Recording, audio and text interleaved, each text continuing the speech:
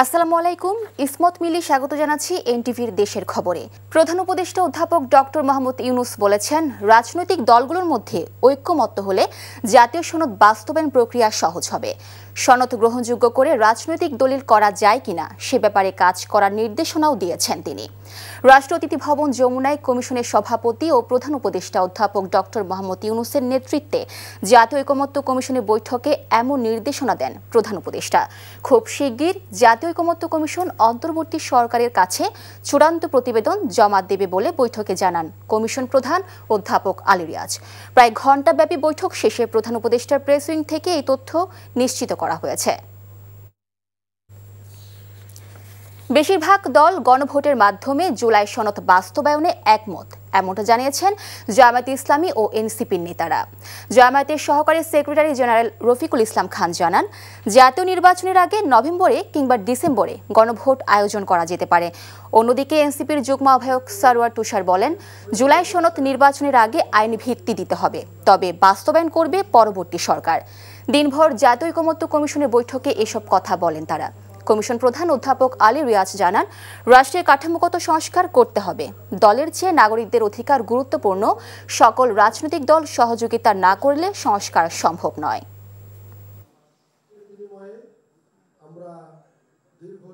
জুলাই সনদের আইনি ভিত্তি দেওয়া যায় এবং এটাকে আরো পাকাপোক্ত করার জন্যই গণভোটের প্রশ্ন এসেছে। আমরা গণভোটের ব্যাপারেও আমরা বলা যায় অধিকাংশ দলই আমরা একমত হয়ে গেছি। সাংবিধানিক আদেশ হোক, লিগ্যাল ফ্রেম অর্ডার হোক অথবা রেফারেন্ডাম অর্ডিন্যান্স হোক, যে নামই হোক না কেন, এটার ভিত্তিতে একটা গণভোট করা হোক, যেটা সাধারণ নির্বাচনের দিন একই সাথে অনুষ্ঠিত হবে। আগামীতে যারা নির্বাচিত হবে তাদের একটা সাংবিধানিক পরিবর্তন করার এখতিয়ার থাকবে, যেটা সংশোধনের চেয়ে বেশি কিছু। অন্তর্বর্তী সরকারকে এটা বলতে পারি না যে ঠিক কিভাবে তারা বাস্তবায়ন করবেন, কিন্তু আমরা এটা অবশ্যই সুপারিশ করতে পারি যে বাস্তবায়নের এই ব্যাপারে একটা ঐকমত্য আছে। আমরা সেরকম একটা স্বপ্ন এবং প্রত্যাশা নিয়ে আজকে এসেছি এখানে, যে কমিশন মনে করে সম্ভবত আপনারা সকলে মিলে আলাপ আলোচনার মধ্যে দিয়ে এক জায়গায় আসতে।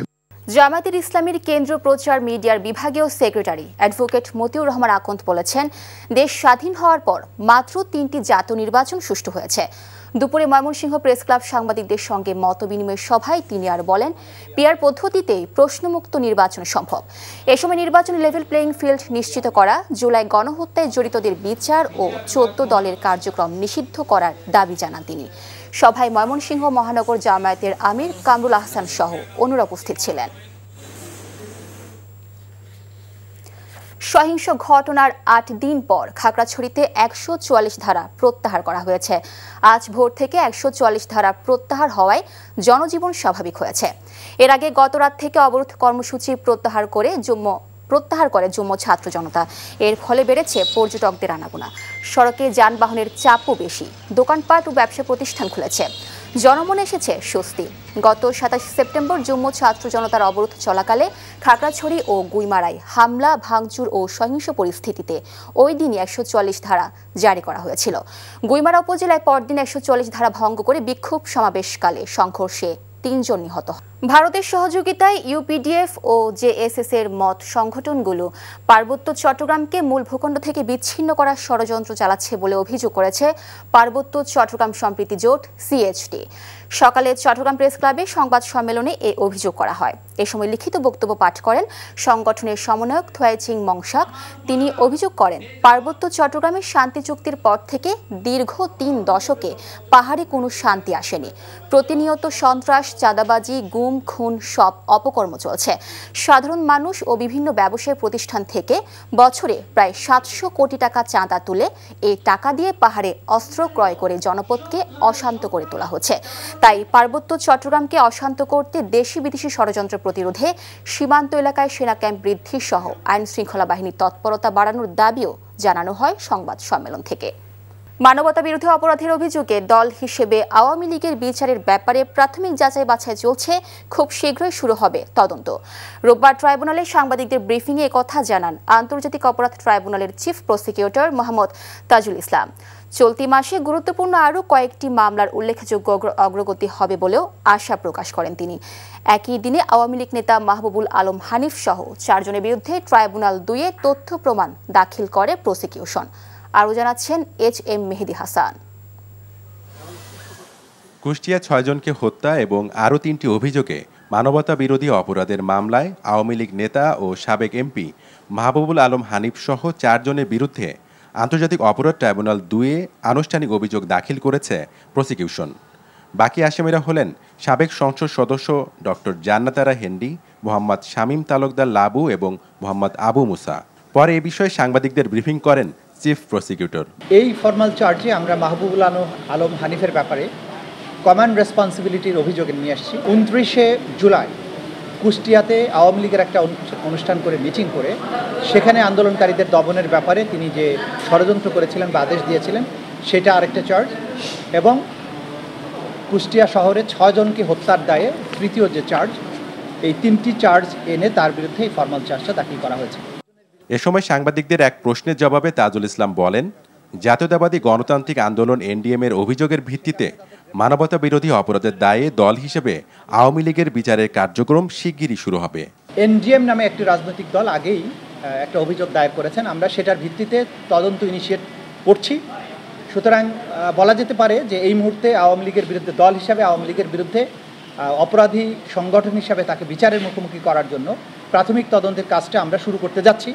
সেটা যদি পুরো দমে শুরু হয় তখন আমরা বলতে পারবো আপনাদেরকে যে আওয়ামী লীগের বিচারের মুখোমুখি হওয়ার ব্যাপারটা কতদূর আছে। এদিন ট্রাইব্যুনাল 1-এ রাজধানীর চানখারপুলে ৬ জনকে গুলি করে হত্যার মামলার ৯ম দিনের সাক্ষ্য গ্রহণ অনুষ্ঠিত হয়। HM মেহেদী হাসান, NTV নিউজ, ঢাকা। দুর্গাপূজা ছুটি শেষে আজ থেকে পুনরায় শুরু হয়েছে রাজশাহী বিশ্ববিদ্যালয় কেন্দ্রীয় ছাত্র সংসদ রাকসু নির্বাচনের প্রচারণা। সকাল থেকে ছাত্রদল, ছাত্র শিবির প্যানেল সহ বিভিন্ন প্যানেল ও স্বতন্ত্র প্রার্থীদের আবাসিক হল, ক্যাম্পাসের টুকিটাকি চত্বর, পরিবহন মার্কেট, একাডেমিক ভবন সংলগ্ন সড়কগুলোতে প্রচারপত্র বিতরণ করতে দেখা যায়। তবে ছুটি শেষে প্রথম দিন ক্যাম্পাসে শিক্ষার্থীদের উপস্থিতি ছিল অনেক কম।